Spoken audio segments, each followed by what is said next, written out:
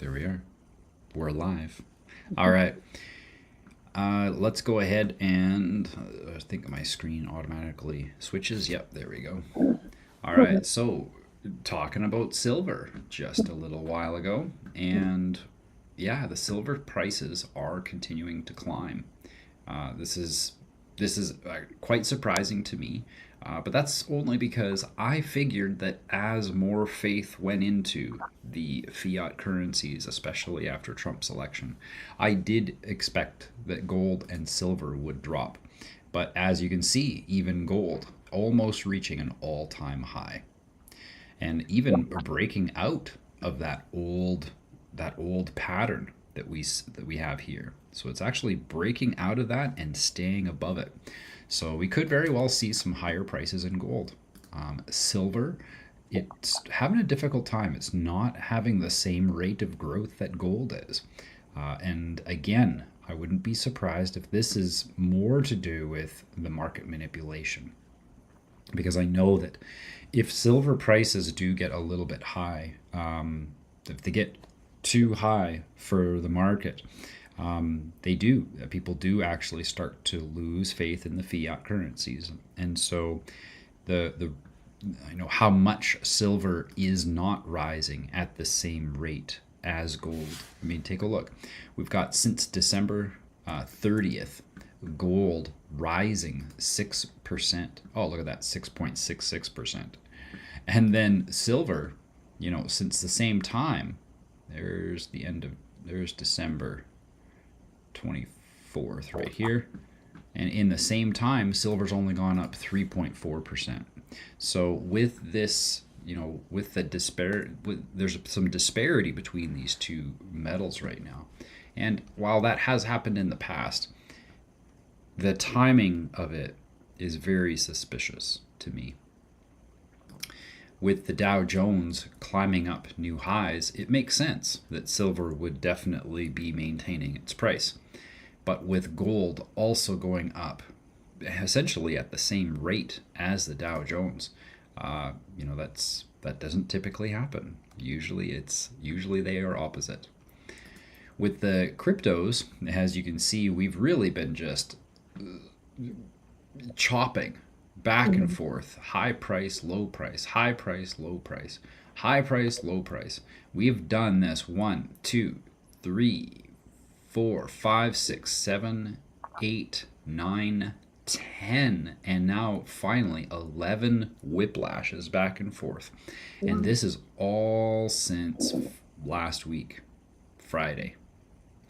So yeah, you know what, you were talking about how you were in some really high balances. That for sure would have been towards the end of last week.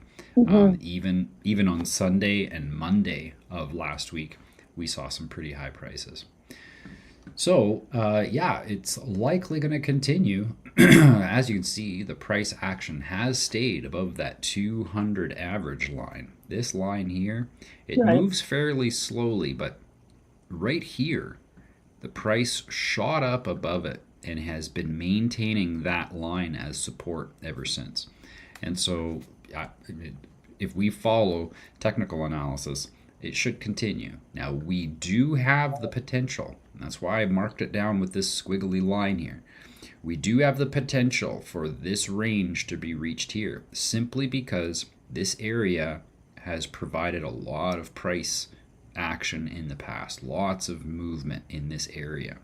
So it could very well drop from this point here to settle at this 25,500 level. Now, we might not. This very well might be the lowest we get, because as you can see, this up and down has been narrowing as well. Yeah. So with it narrowing, we may be finished and just waiting for the next push up. But be mindful, if it does come back down here, this will likely be that last test before we start running upwards. On Bitcoin, we have seen the same type of thing, a lot of whiplash with the highs and the lows. Let's go like this, with the highs and the lows getting smaller and smaller and smaller. So again, this is energy buildup. We saw a similar thing happening right after, I think it was right after Christmas. Let's see here. Yeah, we had a similar thing on a shorter time frame happen in here where it just started to squiggle back and forth. Did a big dip here, one last test before making its run. So now we're doing the same kind of thing. Right now, squiggling around. We're likely to see one more test somewhere. Either here or possibly the all-time high. Either way, we're going to see a test occur probably this week, this next week coming up. Ethereum also shaking itself out right now, and it's on the top end of this downward trend that we've been seeing since Christmas. Now, this indicates to me that we will likely be coming down to test this area. Now, this has been the most previous support that's closest. If we drop down, it will likely come down to find some support even at this level here. And that is at $2,700. Sitting right now at $3,300, that'd be a pretty big dip. In fact, yeah, it's an 18% drop if it comes from this point down to find that support down here. Now, that being said, we also have a fairly significant support in this area here. And so when the price is testing again, it may not dip down this 20%. It may only come down and rest right here. And I know I say that all the time. It may do this, it may do that. I'm simply showing you this technical analysis could go both ways. The market is always right. I'm simply here to interpret where are these points and what can we expect next. So right now, the way Ethereum is, it indicates to me that it's going to test either this $3,000 level or this $2,700 level. So one of these are likely to be tested. And if we come down this low, it actually would make sense because that's in line with this trend line right here. Right.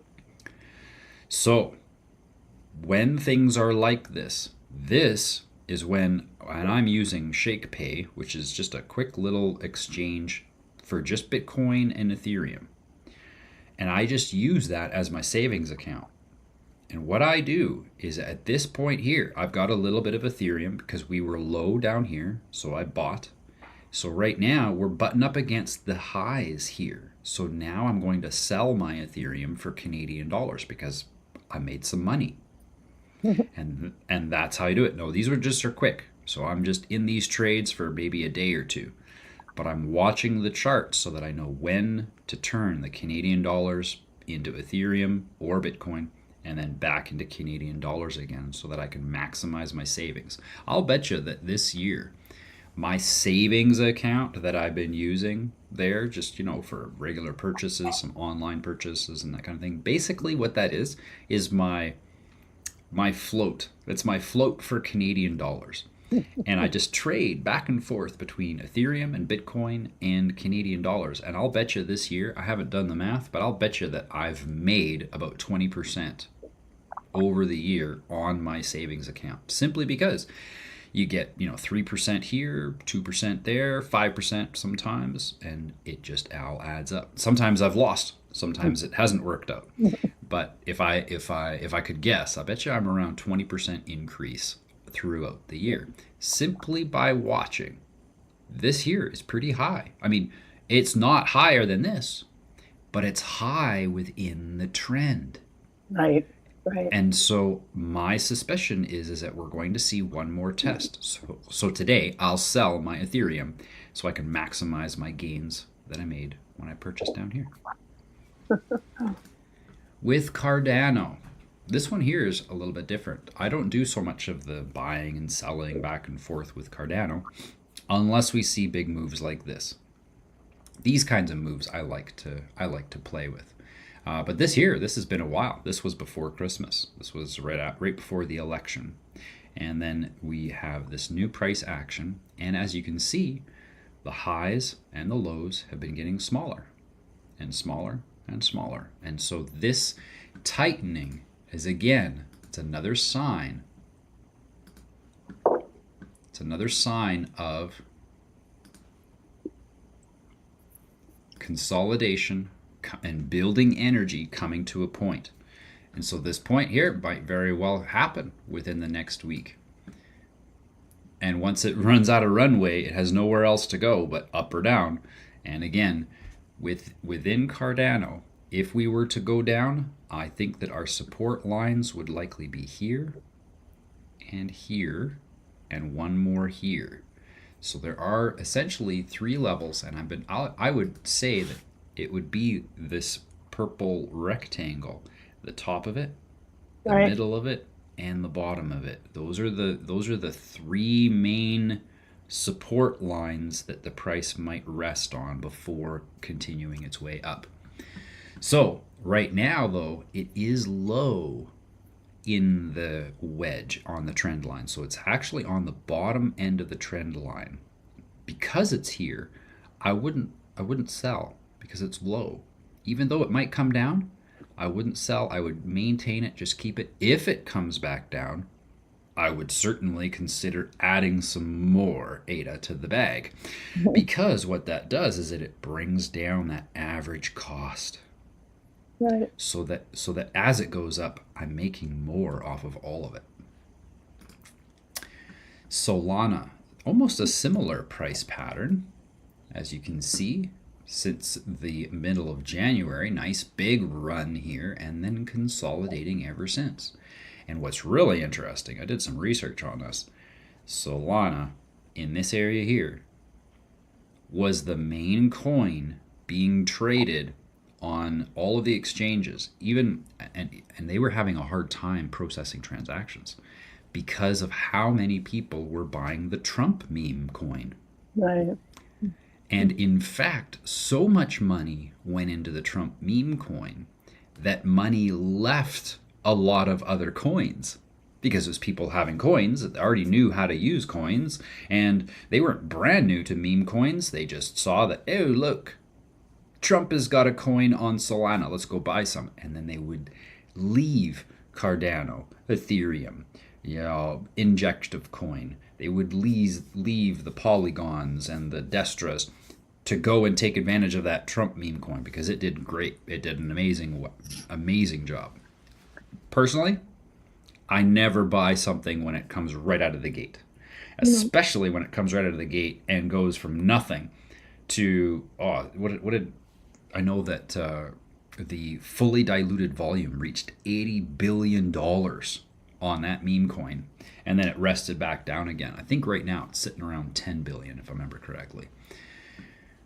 But all of that money that moved around actually created a hard time for some exchanges. Coinbase, they were 24 hours processing transactions in this area because there were just so many. Wow. And so that is something to really take into consideration as we saw all that whiplash price this week. It was likely just money moving from one asset to the other like this as it goes up and down, right? So, that's what's going on with Solana. I do wonder how on earth Solana has lasted as long as it has, especially with a way that the meme coins are being, especially since the way the meme coins are leading the way here in 2025. I would have expected, and it might not be Solana. It might just be the exchanges that were having the difficult time. I know I actually, on X, I asked Coinbase, I was like, what have you been doing this whole time? Did you not know that this was happening? Like, that this day was coming?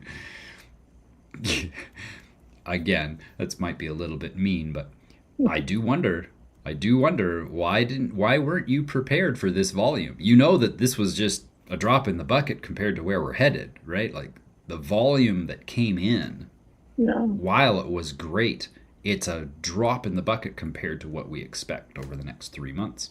So who knows what'll happen to Solana? It might end up being where people stop using the exchanges to complete those transactions, because Solana, so far, I haven't had any problems running those transactions without an exchange. So it's interesting. It's interesting, and I've learned a lot about exchanges in my trading time, and the short and the Cole's Notes version of my stance on exchanges is nobody should trust them because they they are they are responsible for a lot of the market manipulation that goes on, because what they'll do is that they will create trades that don't exist simply to make it look like their volume is higher than it is. Really? Oh yeah. Oh So yeah. that's like the index, Coinbase. Those are the exchanges, right? That's right. Now, they don't all do it, but the fact is they all can. They all have the capacity to make it look like they're trading more than they actually are. So it's kind of manipulating the market a bit.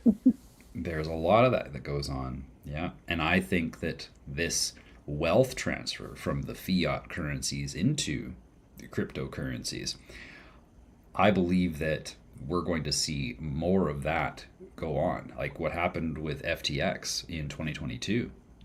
Billions of dollars were taken from people. That kind of thing is going to happen again, and it's going to make more regulations necessary, which is the bad thing. Because the only reason why these bad things happen, is because of the way that the regulations are set. When you use blockchain without any centralized exchanges, you have the transparency that you need in the marketplace, and the manipulation actually goes away. But you combine all the different financial instruments that are now involved in cryptos, including ETFs. These these these exchanges, they're very, very susceptible to practicing, using the same practices that they did before crypto, which is manipulate the market, move the price in the direction that we need it to go, so that people will close their trades and give us more money. Yeah. It's bad. There's a 2-hour video that I like to watch and recommend people every once in a while. I don't always do it, but it's good just so that people get a grasp of just how corrupt the financial world is. And being aware of it is what allows you to make strategic moves. If you're not aware of it, it's like you're trading blind. Yeah. Yeah. And you also bank on it, because the manipulation, if you know that it exists, you can plan for it, and you can even position yourself so that when the manipulation occurs, you're profiting. Right. So this is it's a very, very interesting environment in which to look at the markets, because it's like you need to expect corruption in order for your trades to work. Yeah. Yeah. You got to be ahead of the game. What's Yeah. the movie that you were talking about? Oh, it's a clip. A gentleman by the name of Anton Creel, and he is a European trader. Used to work for J.P. Morgan and stopped trading because he saw the corruption and just wanted to go into training people like myself.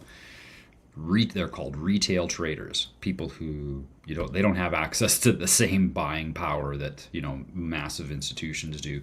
We're not accredited investors with $250,000 in the bank or anything like that. That target client is the most susceptible to the manipulation. And so he was showing retail traders in this particular presentation. He was showing retail traders the ins and outs of the industry, so that they would have a clear comprehension of what they're facing when they go and start pushing buttons to buy and sell. How do you spell his last name? Creel. I think Like it's C- KR. I think it's Kriel. Let me just look oh, up that YouTube video, and I'll drop it in the Telegram channel. okay. Anton. Anton Creel. Yep, there we go. Kriel. Kriel. Okay. And I've got the link here now, so I'm going to drop that in our Telegram.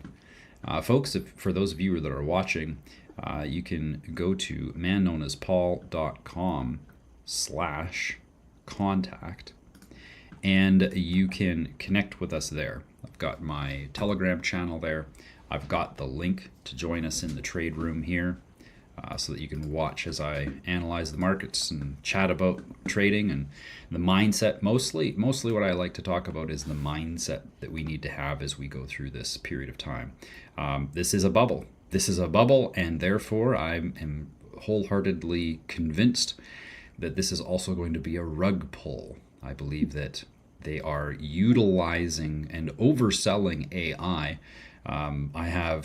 I have been studying AI now probably for about 4 or 5 years, and this entire time that we're in since 2008, and the excitement that I have for the day is due to the fact that I can see all of these things unfold, and a lot of the scare that we have right now in AI is really unnecessary. I think that, again, we're being programmed with fear so that we don't look at the facts and look at things with reason. Because as soon as the fear comes into the amygdala, that fear actually, or rather the amygdala starts shutting down other parts of the brain so that you can adequately respond to the fear. But there's actually nothing to be afraid of. So this is what we call inauthentic fears. And to know whether or not there's an inauthentic fear that you have that's limiting you and your progress in whatever goals you have, the way to know is way to know whether or not there is a fear that you have that is inauthentic is to compare it to the analogy of you doing on a safari somewhere in Africa, and you come across, you're walking, you're a ways away from the safari van, and you're walking and you come across a lion. Now, it's just lying there. It's not doing anything, but you realize that there's a lion, and then it looks at you. Well, you are way too far away from the vehicle, and so you should probably be scared. And the reason why is because when you have that fear come into you, your body actually responds by creating adrenaline. And that adrenaline is actually a drug your body creates so that you can achieve superhuman feats. That's the purpose of it. Now, if you don't use it up, you actually end up not sleeping, going into delta sleep and having a proper sleep for 2 days, because that's how potent that drug is. So, back to inauthentic fears. An inauthentic fear would be if you're walking out away from the vehicle and you are in the middle of a winter wonderland in Canada where there are no lions, and you're scared that a lion will catch you. That's an inauthentic fear, where what you're scared of, there's no real reason to be scared of it, right? Now, if you are in the safari and you need to get back to the vehicle because there's a lion, I hope that you have enough that your adrenal glands are healthy enough that you can run back to the vehicle. But we have a world right now that is absolutely wrought with fear. They're scared of so many things, and they are inauthentic fears. And the AI fear, I think, is another one of them. And the reason why I say that is because the technology that we have to run AI right now is insufficient to run AI to the degree that the billionaires and the politicians today are selling it. Right. So they are saying that it can do things that it is not capable of doing, and therefore it instills that fear. People look around and they're like, oh, AI is going to take over the world. No. It can, but not with the present technology. In fact, if we take a look at this new, the Stargate announcement from Trump, $500 billion are going to be invested in order for AI to develop vaccines to cure cancer. It can't do that. And what it also is, what's also occurring is Trump is that the entire bill is based off an infrastructure that was built in 2023. That was 2 years ago. Now, 2 years ago is not that long. I get that. But in terms of AI and in terms of the progress that we've been seeing within AI, a 2-year-old infrastructure is not going to cut it.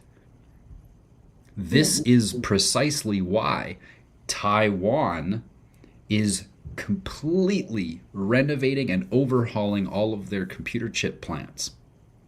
Because these computer chip plants they don't have the capacity to help AI as efficiently as possible. And so with the new plants that they're building, that's where we're going to see those chips come out.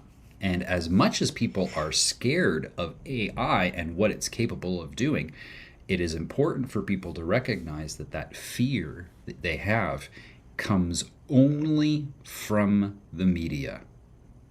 Right. There's no other source because we aren't there yet. So we actually don't have evidence of the lion chasing us at all whatsoever. Right. It is an inauthentic fear. A fear that actually holds you back from being able to do what you need to do. The fear is not wrong. What happens is that we fall into the manipulation that creates that fear inside. And so the trick throughout all of this is just to recognize that Trump is just being a good president of the United States, making sure that all of his rich billionaires that have tech companies are going to make money. And so he has sold AI, a version of AI that we are physically incapable of building right now. We have to wait a couple of years before the chips are actually built that can accomplish what it is that AI can accomplish. And when that occurs, there will be AIs that you and I can have, that you and I can use in our homes, not ones that we buy. These are ones we build ourselves. Those AI will actually help us in the security of protecting our information, of protecting our identities, of protecting our data, and making sure that it stays private. So it works both ways.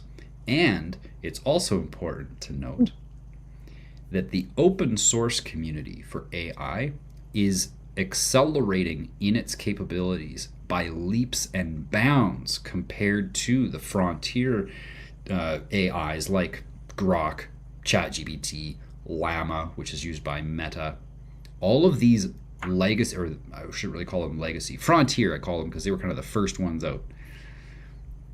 These frontier AIs are actually quite dumb. They're not that great. They're getting better.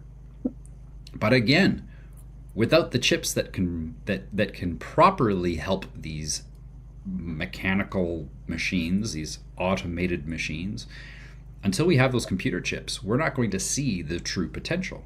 So I think that over the next 4 to 6 months, we're going to see a huge influx of people coming into AI, all excited because this is the age that we're in. It's kind of like when the internet came out and everybody got excited about getting a domain. Yes, we are going to witness another .com boom, but this time, like the .com boom is going to be dwarfed by the AI boom. This particular bubble is likely to be 1,000 times larger than the .com bubble, which means that the crash is going to be all that much more spectacular. But thankfully, when you know what's happening and you can see what's going to occur, there are certain markers that I'm going to be watching for. And the first one is when AI goes up. It's going to be the first one. So I'm going to kind of draw this out a little bit on the screen here with my finger because that's how artistic I am. So the first wave is going to be about AI. Everyone's going to get excited about AI. And then it's going to dip down a little bit, probably 30-40%. It'll drop down, maybe even 50%. But then it'll get new life again and come back up to that all-time high. possibly even further. But it's after it dips down that we're probably going to see gaming come in as that next bubble that does the same type of growth that AI did. So my strategy is when AI bubble, the first side of this AI bubble is experienced, I'm going to sell, and I'm going to take all of those profits. I'm going to put it into gaming, which still won't have done its move. It'll do a little bit here and there, but I'm going to take my gains and put them in nice and low down here. Because the gains here that I get, I might get another 2 or 3x if I leave it in there. But if I put it down into something like gaming and it goes in 5x's or 10x's, I'm going to have way more appreciation of that wealth than if I kept it in that first bubble that now is really just kind of butting up against that all-time high.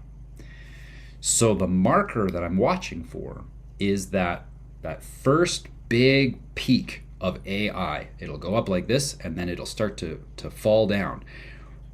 On its way up, once I'm at 5x, 10x, and 20x, depending on the asset, depending on my watch, depending on my targets. Once I'm at that point, I'm starting to sell. And then what I'm doing is I'm taking those AI coins and I'm literally swapping them for gaming coins, because the gaming coin is going to do the next big spike.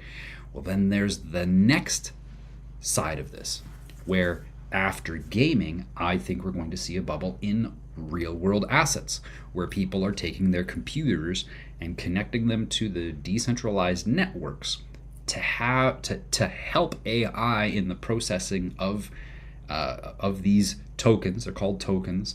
The processing of these transactions, the inputs and outputs that get transferred back and forth, people's computers can actually collectively contribute to the processing power for this. This is one other reason why I think Trump's idea is just a disaster waiting to happen, because he's relying on 10 million GPUs being brought together into one great big supercomputer to accomplish it all. Whereas we're over here in the open source framework, and we're like, why would you do that when we can just get 10 million computers to connect with each other through the internet? We don't have to build a supercomputer to do this. We build the supercomputer with all of our individual computers. Yeah. And that real world asset for AI, that real world asset is going to experience the next bubble. And now, there's one thing to put in here, a pin. Know that there is nothing about this period of time where we're making all this money. This is what we call degenerate money, because we are literally buying from people who are scared about losing their money, and we're selling to people who are greedy about making more. So this is I'm not paying attention to which companies are going to last 10 years. I'm not paying attention to which companies are ethical. I'm here solely for the hype, positioning myself to profit from the hype. That's all I'm doing. Once I'm done and I've got veritable wealth that I'm not doing trading with, that's where I'm going to put it into gold, silver, land, all of the rest. But this bubble, oh my goodness. If you want to know about what this is going to feel like, a good movie would be The Tulip Fever. If you want to watch what's going on today with AI, watch the period. It's a period piece too. It's a movie, I think it's in the 1700s, 1600s set, and it is called Tulip Fever. Like tulip, like the flower? Like the flower, yeah. And I'm not going to say much. I'm not going to give any spoilers. But the very same thing happened. That's what's happening right now with AI. The very same thing happened with the tulips. Okay. Yeah. So it's a very, very good watch. I can't recommend that one enough. Another good movie to watch is The Big Short, because that one there is a modern day. That's a modern day depiction of how markets crumble. And we're going to be watching that occur as well. As a part of this, going into this AI bubble, we're going to see it pop on the other side, and we're going to watch millions of people lose a lot of money. And it's going to be catastrophic for the economy. And I think that is going to be the false flag that gets the governments to say, okay, we need regulations here, sign up for your digital ID so that we don't have any more people taking advantage of the markets. Of course, it's all smoke screens. It's all fear mongering, all the rest. Yeah. But again, the other aspect that I'm so grateful that we're pursuing within NextGen Merchants is the copywriting of your name and taking control of that corporate person. Because when you have that, it doesn't matter what property gets passed through that account. It's all yours. And it's also secured as yours within international law. All of the corporate legal fiction that goes on around us, all of the rules and regulations, they only apply to persons who have ended up, whether by deception or by consent, it matters not. These persons have become the trustees of their account. And that's why they don't have control over the account, because they're the trustee. They have to do whatever the account beneficiary says. And when the roles are flipped, it's the government that becomes the beneficiary of your account, not you. Yeah. Again, through the deception or through the consent, people don't know any better. Yeah. And so with NextGen Merchants, we can actually establish control over that corporate person, no different than how we have the same control over our wallets. Yeah. We just got to go through this process of letting the government know that that's what we're doing, so that they no longer identify us as the trustee. Right. Once they recognize that we're the beneficiary, anything that they do that is not in the best interests of the beneficiary is a breach of trust. And so they won't do it. Pretty fascinating. Indeed, it is. Just on that, I've been trying to, do sort of the homework and for our Tuesday course, and that the video with you and LJ is good, but what is the common law copyright notice? Where do you find the you said you can cut and paste it, but I've gone through the entire workbook. I mean, I can find the security agreement. I know exactly where that is. Yeah. But we're not doing that yet. We have homework to do. Right. So I've done my copywriting my name, got that done. And there is a mention of draft out your common law copyright notice, but there's no details or anything in the instruction. And I've hunted to find something to reference, but I haven't been able to. And I've gone through the workbook and the updated workbook, and I got it. No problem. You know what I've got here? Let me just double check. I'm pretty sure this is the file. I have the full version of this document. It's not, now it's a document. It's not a PDF, but I'm going to go ahead and I'm going to save it in the. You know what? I'll send it to you directly in Telegram, because then that file is saved in there. Okay. There is.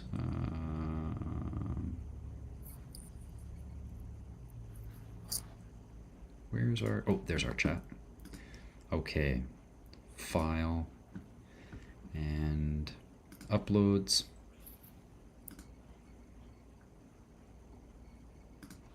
There we go. So this file that I'm sending you on... No, now I gotta look up which page that is. I think it's probably around page 15 to 20. Let me just double check.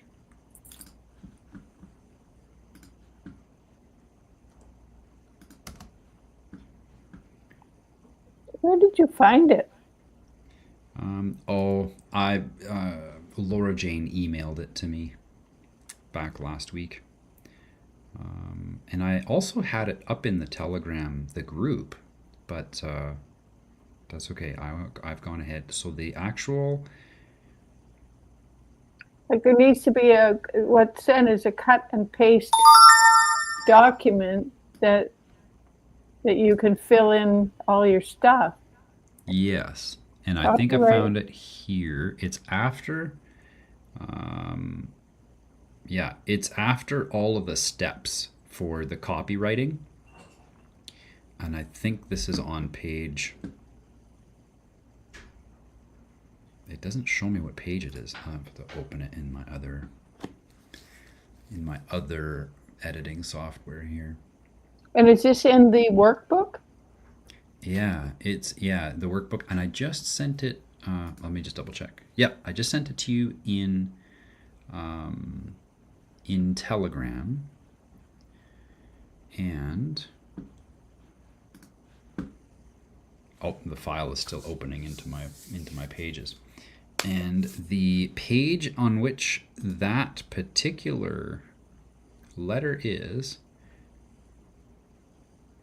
I have it on page 40. Page Is that 40 right? in the workbook? Oh, sorry, no. Page 35 in the workbook. That's where I have it. Page 35. Okay, I'm in what you sent me now. So I'll share my screen so that you can okay. see what it is that I see.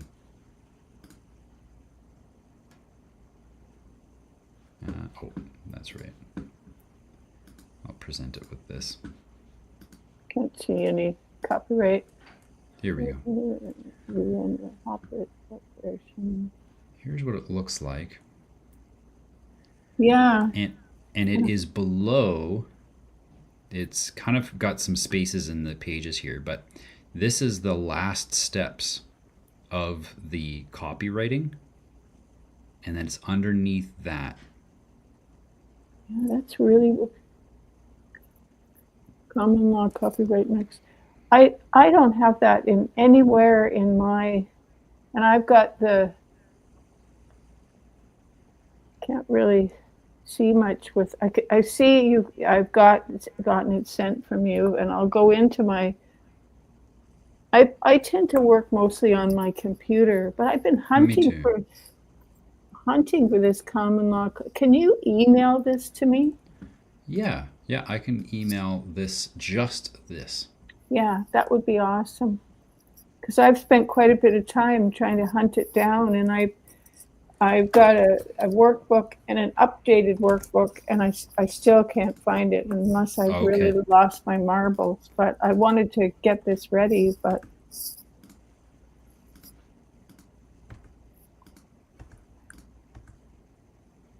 it just goes in mine. It just says one line: draft up your, you know, draft it up in Yeah. detail.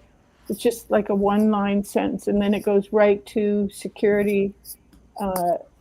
The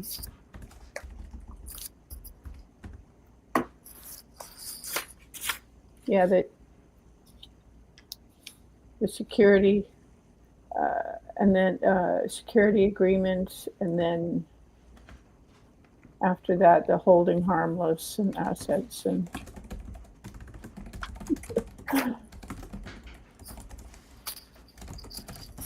Okay. I'm gonna get this saved into my.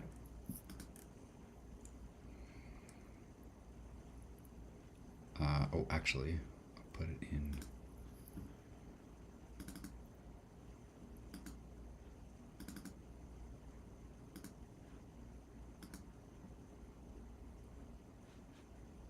There we go. Okay. Now I will send this to you. What do you normally use for word processor? Is it Microsoft, or do you use the Pages from Apple? I've got pages. Yeah. Yeah, okay. Then I'll send you the Pages file, because then you'll be able to edit it without any problems. Oh, that's great. Thank you. Yeah, Thank you. no problem. Thank you. All right. And again, on Telegram, is that okay? Or do you want me to email this one? Are you okay to email? Yeah, Yeah. Yeah, yeah. I have this above phone that this new phone that Mm-hmm. that's all open source apps, and sometimes I can't open up certain things if they're not within their app criteria. Ah, yeah. Great phone. I'm finally gonna start using it instead of right now. I've been using two phones for the Oh, last. yeah. Yeah.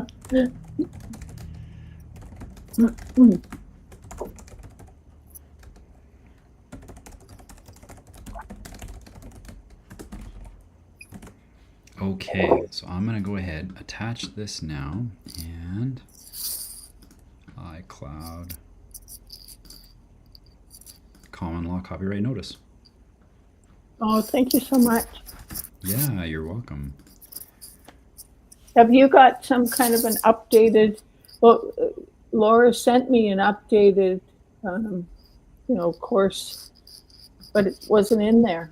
So Oh, not what she sent me, but the oh, updated. So I'm glad I'm glad I asked you because I'm like, does this thing even exist? So oh, yeah, yeah, exactly.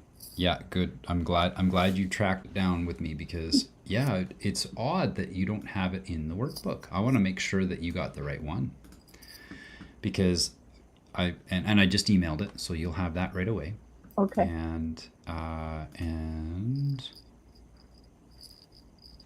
yeah, and then you'll be able to edit it from there. okay,